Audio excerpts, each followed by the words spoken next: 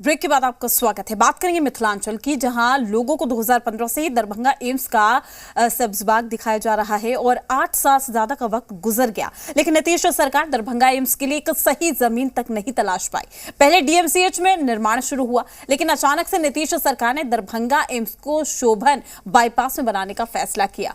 जमीन ऐसी दी गई जो कि लो लैंड है, जहां इमारत खड़ी करना भविष्य में हादसे को न्योता देने जैसा है। लिहाजा केंद्रीय टीम ने जमीन को रिजेक्ट भी कर दिया और अब मिथिलांचल के बीजेपी सांसद और विधायक राज्यपाल की शरण में पहुंचे हैं।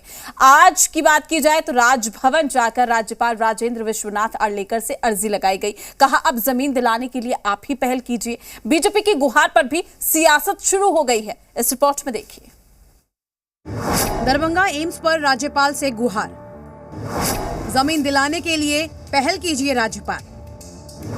कागज पर एम्स सियासत का शिकार। ये नीतीश सरकार की ओर से दी गई दरभंगा एम्स की जमीन है। दरभंगा के शोभन बाईपास की इस जमीन पर पूरे साल लबालब पानी भरा रहता है। यहां मछुआरे मछली मारते हैं। बिहार सरकार इसी जलमग्न जमीन पर दरभंगा एम्स की इमारत खड़ी करना चाहती है, जिसे केंद्रीय टीम लॉ लैंड और जमीन धंसने की वजह बताकर रिजेक्ट कर चुकी है। और इसके साथ ही दरभंगा एम्स अधर में लटक गया है। बिहार सरकार जिद पर अड़ी है कि अगर एम्स बनाना है तो इसी लॉ लैंड जमीन पर बनाइए। ऐसी स्थिति में मिथिलांचल के सांसद और विधायक अब राज्यपाल की शरण में पहुंचे हैं। 19 अगस्त को राजभवन जाकर मिथिला के सांसदों और विधायकों ने राज्यपाल को ज्ञापन सौंपा। इस दौरान दरभंगा के सांसद गोपाल जी ठाकुर के साथ बीजेपी सांसद अशोक यादव, बीजेपी विधायक संजय सरावगी, बीजेपी विधायक हरिभूषण ठाकुर समेत कई नेता मौजूद रहे। एम्स के निर्माण में देरी के लिए गोपाल जी ठाकुर ने नीतीश सरकार पर ठीकरा फोड़ा। श्री नरेंद्र भाई मोदी जी उत्तर बिहार के केंद्र दरभंगा को एम्स देने का काम किया और 15 से लेकर के और 23 तक 8 वर्षों से बिहार की सरकार इसको लटकाने, अटकाने और भटकाने का काम कर रही है। दूसरी ओर नीतीश कुमार की पार्टी के राष्ट्रीय अध्यक्ष ललन सिंह की दलील है कि बीजेपी दरभंगा में एम्स नहीं बनाना चाहती। शोभन में राज्य सरकार ने 4 लेन सड़क बनाने का फैसला लिया है। मिट्टी भराई के लिए पैसे दे रही है। जवाब बीजेपी प्रदेश अध्यक्ष सम्राट चौधरी ने दिया। केंद्र की सरकार दरभंगा में एम्स बनाना नहीं चाहती है, उस पर राजनीति करना चाहती